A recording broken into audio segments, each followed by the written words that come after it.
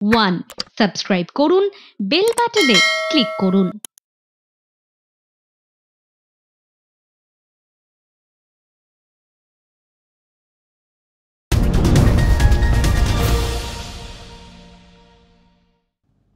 নয় আগস্টের ঘটনা দেখতে দেখতে প্রায় 1 মাসের কাছাকাছি এত দিন পেরিয়ে গিয়েছে।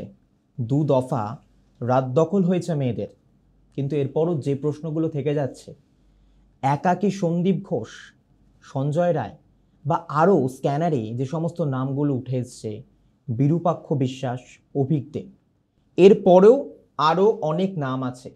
ধর্ষকদের কি আড়াল করা হচ্ছে? কিসের এই চেষ্টা? মানুষের প্রতিবাদ, নাগরিক সমাজের প্রতিবাদ, তৃণমূল নেতাদের একের পর এক হুমকি, অভিষেক বন্দ্যোপাধ্যায়ের সতর্কতা, তারপরও রাত দখলে একই ছবি দেখলো বাংলা। মাথা ভাঙার ছবি, বারাসাতের ছবি, সব জায়গায় দাঁড়িয়ে একটাই প্রশ্ন, মেয়েটা কবে বিচার পাবে? এই প্রশ্ন আমরা প্রথম থেকেই তুলে এসেছি। ক্রসকিউর আরও একটি পর্বে আপনাদেরকে স্বাগত। আমি সৈকত রয়েছে আপনাদের সঙ্গে, এবং আজকে আরজি করের ঘটনা নিয়ে 9 আগস্ট থেকে প্রথম দিন থেকে জুনিয়র ডাক্তারদের সঙ্গে যিনি দাঁড়িয়েছিলেন শিরদাঁড়া সোজা করে, সেরকম একজন চিকিৎসককে আমাদের মধ্যে পেয়েছি। ডক্টর অসীম মাইতি, শিশুরোগ বিশেষজ্ঞ, প্রথমবার আমাদের আলোচনায়। অসীমবাবু, আপনাকে চ্যানেল ওয়ানে স্বাগত। এবং বরাবরের মতোই রয়েছেন অধ্যাপক তথা রাজনৈতিক বিশ্লেষক ডক্টর বিশ্বজিৎ দাস এবং আমার সহ সঞ্চালক অমৃতা। আর প্রথম প্রশ্ন আমি অমৃতার কাছে যাব। দাদা, আরজি কর কাণ্ডে রাজ্য তথা দেশ দিকে দিকে আমরা দেখছি প্রতিবাদ চলছে, একাধিক কর্মসূচি চলছে। তবে সেইখানে দাঁড়িয়ে আমরা দেখলাম রাজ্যের মুখ্যমন্ত্রী মমতা বন্দ্যোপাধ্যায় তিনি জানালেন মহিলাদের 12 ঘন্টার বেশি ডিউটি নয়। এই রাজ্যে বিচার মিলবে? একটু যোগ করব, যে চাইবে তিনি করতে পারেন, কিন্তু বাড়তি সুরক্ষা দিতে হবে, তার ডিউটি যেন ডাক্তাররা করে দেয়, এমনটা মন্তব্য করেছেন।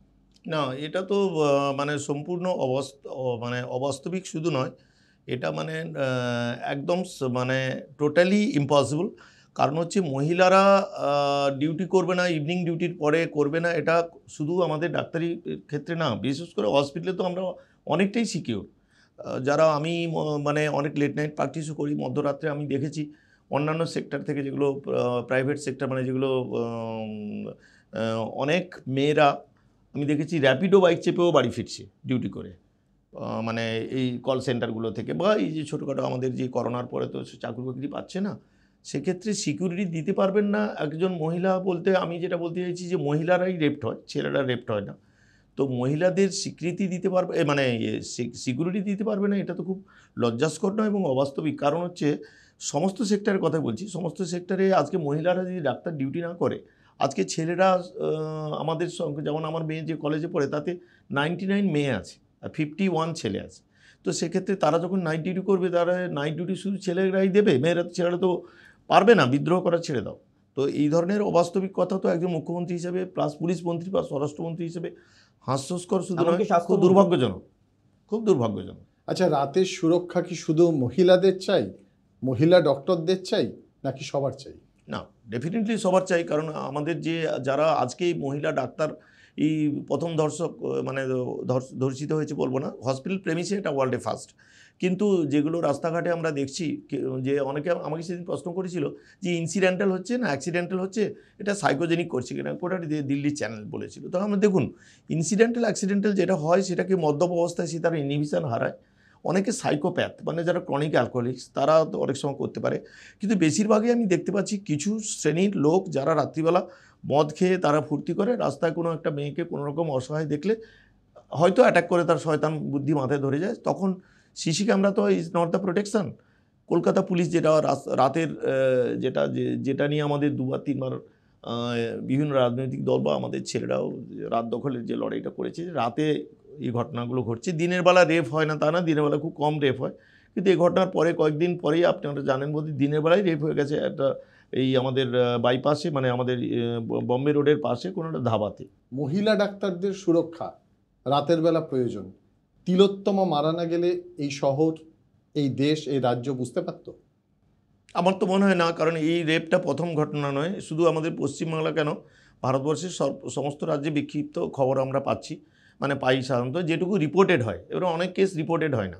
এই আরজি করের ক্ষেত্রে আমি যেটুকু বলছি, আমি ছাত্রদের সঙ্গে কথা বলেছি, এই ধরনের আর কি সুইসাইড কেস, মানে তারা বাড়িতে গিয়ে সুইসাইড করেছে, এমন ধরনের সিচুয়েশান তৈরি করেছে। ওই বারবার করে আমি সন্দীপ ঘোষের এটা বলছি, আজকে এই তিলোত্তমা কিন্তু সেই সাহসী সরল শিশু যে রাজাকে বলে তোর উলঙ্গ রাজাকে, রাজা তোর কাপড় কোথায়, শুধু তাই নয়, মানে ওর মৃত্যু বা ওর শহীদ হয়ে যাওয়াটা বোধ হয় ভারতবর্ষের মানুষকে মানে ঘুমিয়ে থাকা বা কিছু আমাদের যে তিলোত্তমা বলতে পারলো রাজা তোর কাপড় কোথায়, অন্য ডাক্তাররা বলতে পারলো না, এটা ব্যর্থতা নয় ডাক্তারদের? 100% ব্যর্থতা। কারণ অন্য মেয়েরা যারা এই মানে সন্দীপ ঘোষের মতো কিছু লোকের কাছে থ্রেটকে মানে বারবার ফেল করানো হয়েছে, তাদের বিভিন্ন রকম খারাপ কাজে করা হয়েছে, মানে ইভিন ওখানে একটা সেক্স ও র্যাকেটও চলছিল, মানে অনেক সময় বাইরে থেকে মেয়েরা নিয়ে এসে ওরা বয়েজ হোস্টেলে চলে যাচ্ছে। এতজন ডাক্তার আছে, একটা সেক্স র্যাকেট চলছে, কেউ মুখ খোলেনি। সেটাই খুব হাস্যাস্পদ এবং আমাদের কাছে মানে লজ্জাস্কর ব্যাপার যে এতগুলো ডাক্তার এই তিলোত্তমার মৃত্যুর পরে সবাই এই যে এখন একে একে সব বেরিয়ে আসছে, মানে কেঁচো খুঁড়তে গিয়ে সাপ, অজগর সাপ থেকে সব সাপ বেরোচ্ছে। তো এই যা আমার কাছে এটাই অবাক লাগছে যে আমাদের সময় আমরা নাইট ডিউটি যখন করতাম তখন ছেলেমেয়েরা একসাথে একই ঘরে ডিউটি করতাম, মানে ছোট্ট একটা ডাক্তারের ঘর। যাই হোক, এখন এই যে তিলোত্তমার যে ঘটনাটা হলো, এই তিলোত্তমার ঘটনাটাই এতদিন বাদে প্রকাশ হওয়ার পরে তারপরে জনজাগরণ হয়ে গেছে, তারপরে এত সব মানে গণ আন্দোলন সবাই মানে। আকবর, আমি একটা প্রশ্ন করে নেবো ছোট্ট করে, তাহলে বলতে চাইছেন আকবর আলীর পর আর কোনো মানুষ ছিল না প্রতিবাদটা করার জন্য বা দুর্নীতি যে বিষয়, আক্তার আলী, একেবারেই ক্ষমা করবেন, আক্তার আলী, তারপর আর কোনো মানুষ ছিল না এগিয়ে আসার জন্য? সেটাই আমার কাছে খুব মানে ইয়ে লাগছে। আক্তার আলীকে দেখে ভয় পেয়েছে যে আবার যদি বদলি হতে হয়?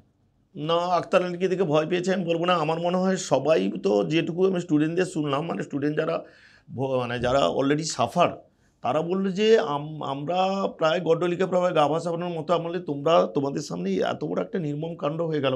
কেউ কোনো না কোনোভাবে যদি প্রোটেস্ট বলছে না, আমরা অনেক রিটার্ন দিয়েছি কিন্তু পৌঁছয়নি। তার জাজ্জল্য প্রমাণ হিসেবে আমি বলছি এই সন্দীপ ঘোষের এগেনস্টে প্রচুর কমপ্লেন গেছে, যেটা আদৌ স্বাস্থ্য ভবনে হয়তো পৌঁছয়নি। একটা প্রশ্ন অনেকের জানার ইচ্ছা, একদম ঘটনার পর থেকে সেদিন রাতে তিলোত্তমার সঙ্গে যারা ছিলেন তারা কি করছিলেন? তারা কি, দেখুন, যেটুকু মানে ওরা, আমি লাস্টে যেটুকু ওদের কাছে শুনেছি 3:15 অবধি, সেটা হচ্ছে আপনারা বোধহয় কিছু শুনেছেন যে ওর কিছু ফোন টোন কথা ছেড়ে দিন, ফোনে ওর বয়ফ্রেন্ড আছে, ওর বয়ফ্রেন্ডের ডক্টর এনআরএসে, তো ওর যেটুকু 12টা 10-এ ফোন করেছিল তখন ও ফোনে পায়নি। তারপর যখন ডিনার যখন করে, ওরা একসাথেই দুটো ইন্টার্ন, মানে ছেলে ইন্টার্ন ছিল আর একটা মেয়ে ওর জুনিয়র ছিল আর একটা ওর ব্যাচমেট ছিল। তো এই চারজন আছে, তার নাম আপনারা তো পেয়ে গেছেন।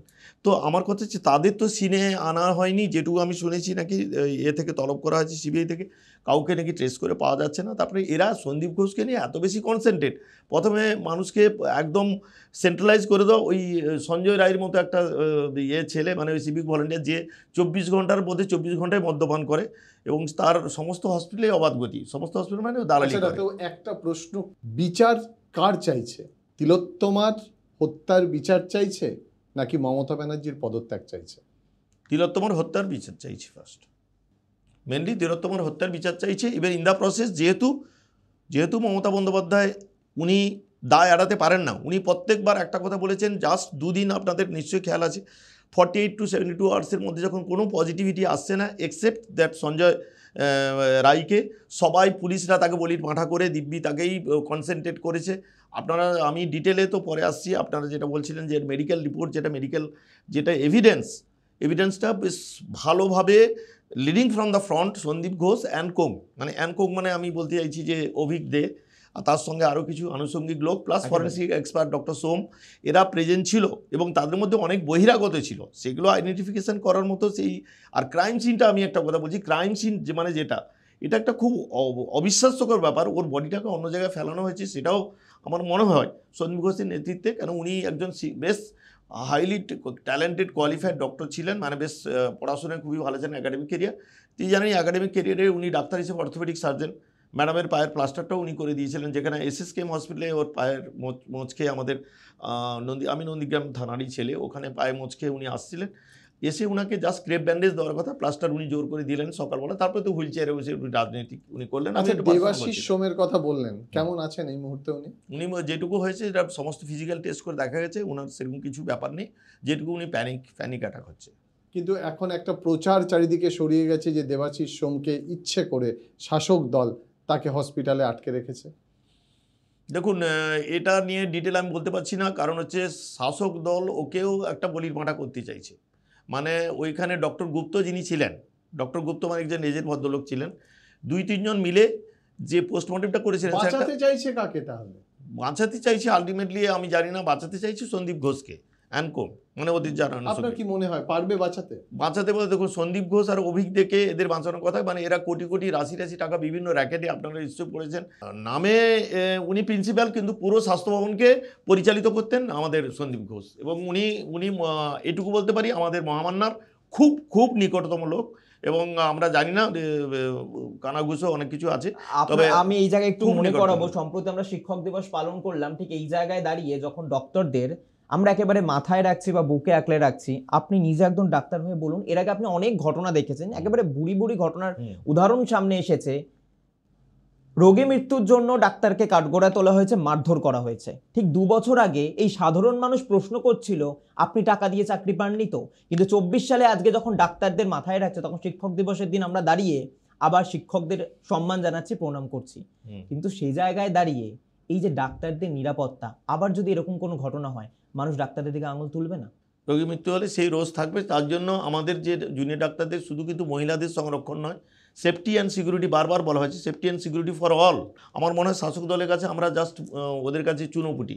যদি এত জনসমর্থন মানুষের আশীর্বাদ না থাকতো, তাহলে কিন্তু আমরা এই আন্দোলনে এতদিন শাসক দলের একের পর এক নেতা, মন্ত্রী, বিধায়ক তারা বলছেন আপনারা মানুষদের, রোগীদের পরিষেবা দিচ্ছে না, এবং সেই এলাকার মানুষ, এমনকি আমি নাম নেব না, দমদম এলাকারই একজন কাউন্সিলর, মহিলা তৃণমূল কাউন্সিলর, তিনি লোকজন জড়ো করে গিয়ে বলেছিলেন তার বাড়ির দুয়ারে গিয়ে রোগীর পরিবাররা নাকি বিক্ষোভ দেখাচ্ছে, আর্যকর পরিষেবা দিচ্ছে না, কারণ ডাক্তাররা ব্যস্ত। না, এটা একদম কর্মবিরতি।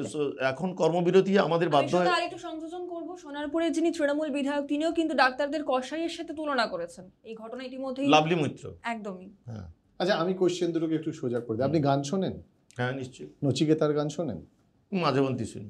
ডাক্তার নিয়ে একটা গান তৈরি করেছিল, হুম, সেখানে বলেছিল ডাক্তারদেরকে কসাই বলেছিল। হ্যাঁ হ্যাঁ, আজকে আচ্ছা, সেটা আগে। আজকে কসাইরা ডাক্তারদের জন্য পথে নামছে, কেমন লাগছে? সর্বশ্রেণীর লোক এসছে, ভালো লাগছে। বিশ্বজিৎবাবু, প্রশ্ন নেব, আমরা একেবারে মাঝামাঝি সময় চলে এসেছি, তবে আরো আলোচনা থাকবে, আরো বিষয়, আর্যকর ইস্যু তো থাকছেই, তবে সময় এই মুহূর্তে একটা ছোট্ট বিরতি। দ্রুত ফিরছে বিরতির পর, সঙ্গে থাকবেন প্লিজ।